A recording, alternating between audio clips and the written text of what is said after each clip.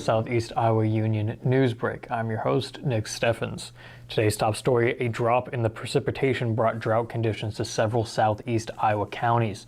Parts of Washington, Jefferson, Henry, Keokuk, and Wapello counties were experiencing moderate drought conditions as of July 28th, according to the U.S. Drought Monitor.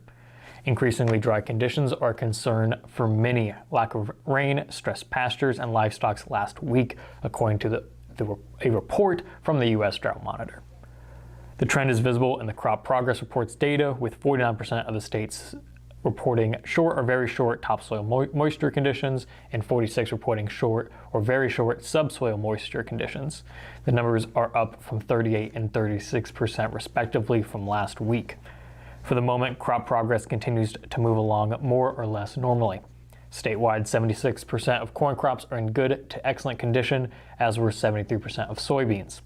All metrics of growth showed the row crops within a week of last year's progress, although oats were reported turning 8 days behind last year.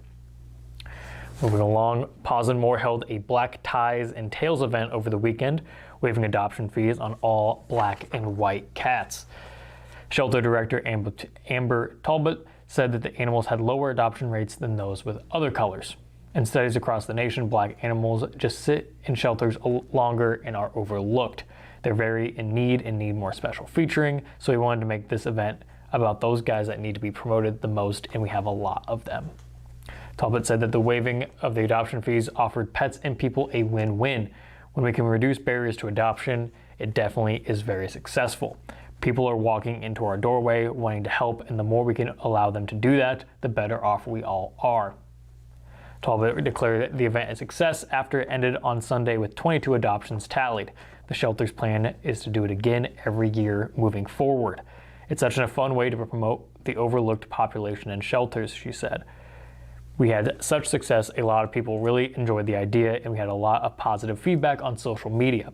Every year we find ourselves trying to find ways to get those animals promoted, get people to see them, get them in the door, and this event really did that. Those were our top stories. It is now time for obituaries. Dr. Thomas R. Wolfe of Richland passed away on July 28th at the age of 95. A graveside service will be held at a later date at Friends Cemetery. The time and date will be announced later. Lansing Funeral Home is in charge of the arrangements. K. Carol Messer of Mount Pleasant passed away July 26 at the age of 75. A celebration of life will be held at a later date. Kimsey Funeral Home is in charge of arrangements. Darlene Joy Beaucamp of Scottsdale, Arizona passed away July 11 at the age of 91. A private family memorial will be held at Green Acres Cemetery in Scottsdale.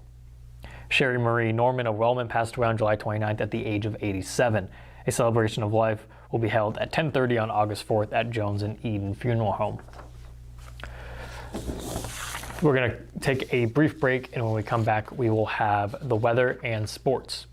Since 1905, Kelowna Cooperative Technology Company has helped our community stay connected with the latest advancements in clear, dependable telecommunications services. KCTC provides rural Iowans with access to high-speed fiber internet, as well as phone, television, computer repair, and cybersecurity solutions. We're also proud supporters of local organizations and area schools within the community. KCTC, keeping Kelowna connected.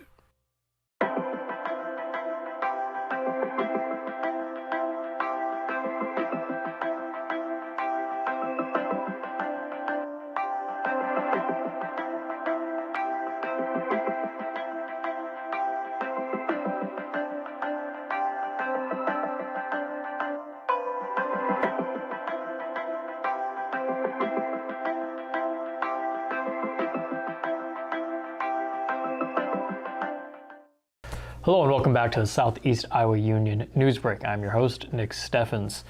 It is now time for the weather. If you're joining us live, it is 94 degrees and sunny. Don't expect the temperatures to fall much. Overnight, temperatures are expected to only drop to 81. The high for Wednesday keeps dropping, but the chance for storms increases. Wednesday expected a high of 86 degrees along with thunderstorms in the afternoon along with gusty winds, so do be advised. Thursday will be a beautiful day with sunny skies and a high of 87. Temperatures will reach back up into the 90s, however, with a high of 90 on Friday, but at least it will remain sunny, making up for the day of rain. Looking to Saturday, it's going to be a hot and cloudy for the weekend with a high of 95.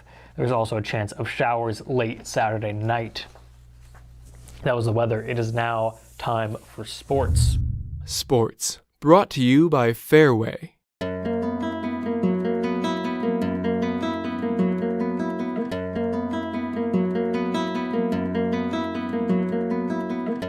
After a busy softball season with many intense moments, it's now time to take the time to recognize the players that made it happen with the release of the Iowa Girls Coaches Association's All-District Softball List. The All-State list was in yesterday's episode, so if you're interested, you can go back and find that on our Facebook and YouTube. In each of these classes, the Union area girls were some of the best, and a plethora have been recognized for their outstanding play. Representing 3A from the Southeast Conference is Fairfield duo of Hannah Simpson and Cotty Engel. Simpson was one of the heaviest hitters in the SEC and held the top average at the plate with a .523 batting average. She ended the season first in hits with 57 and tied for first in RBIs with 50. Simpson was also finished at the top in total bases with 103, on-base percentage with .633, slugging percentage of .945, and walks with 34. Her 10 home runs were second best in the league. Engel had herself a great year on the mound and with the bat. She was the winningest pitcher in the league with 20 wins and had a 2.17 earned run average, which was third in the SEC. Engel led with the most strikeouts, 183, and held the lowest opponent batting average at just 172. With the bat, Engel batted .356. She led the conference in runs with 46. Her 3 triples were tied for first, and with 33 singles, she was fifth. She finished fourth in total bases with 58, and her 30 walks were second behind Simpson. Making the list in 2A is the Cardinal trio of Nakoa McClure, Caitlin Reber, and Emma Becker.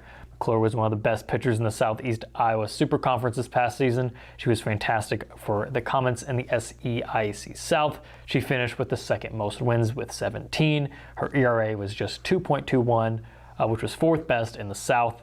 With 141 strikeouts, she was second.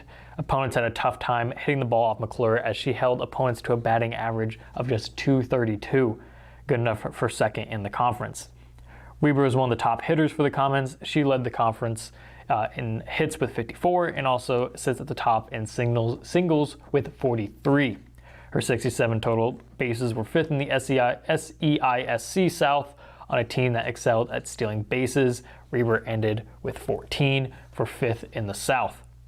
In a league full of big hitters, Reber finished 8th with an average of .435.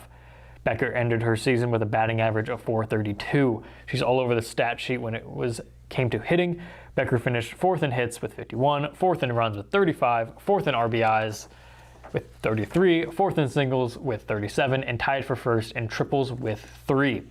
Her 70 total bases were third overall. She also had 18 stolen bases, which tied her for second with teammate Brinley Ostrander. Comet Kinsey Heisem took the top spot. Representing Class 1A is Highlands Peyton Bruin and Sarah Burton. The duo had a great year at the plate for the Huskies. Burton finished her year with a batting average of .465, 6th in the SEISC North. Burton finished second in a handful of statistical categories. She ended second in runs with 47, second in home runs with 6, and second in stolen bases with 37. Her 46 hits were third best along with 5 triples. Burton led the conference with 80 total bases. Bruin ended the season with an average of .420 in the box. With 25 RBIs, she led Highland and ranked 7th in the North Division. She was also 7th in runs with 31, and with 42 hits, she ranked 9th. Bruin was 5th in the league in doubles with 11. She also tallied 28 singles and 1 home run. Highland head coach Carrie Weiland was also named the Class 1A Southeast Coach of the Year. She helped the Huskies accumulate a 21-9 overall record and a 13-3 conference record. Weiland and the Huskies made it to the regional semifinals but fell to eventual state champion Twin Cedars.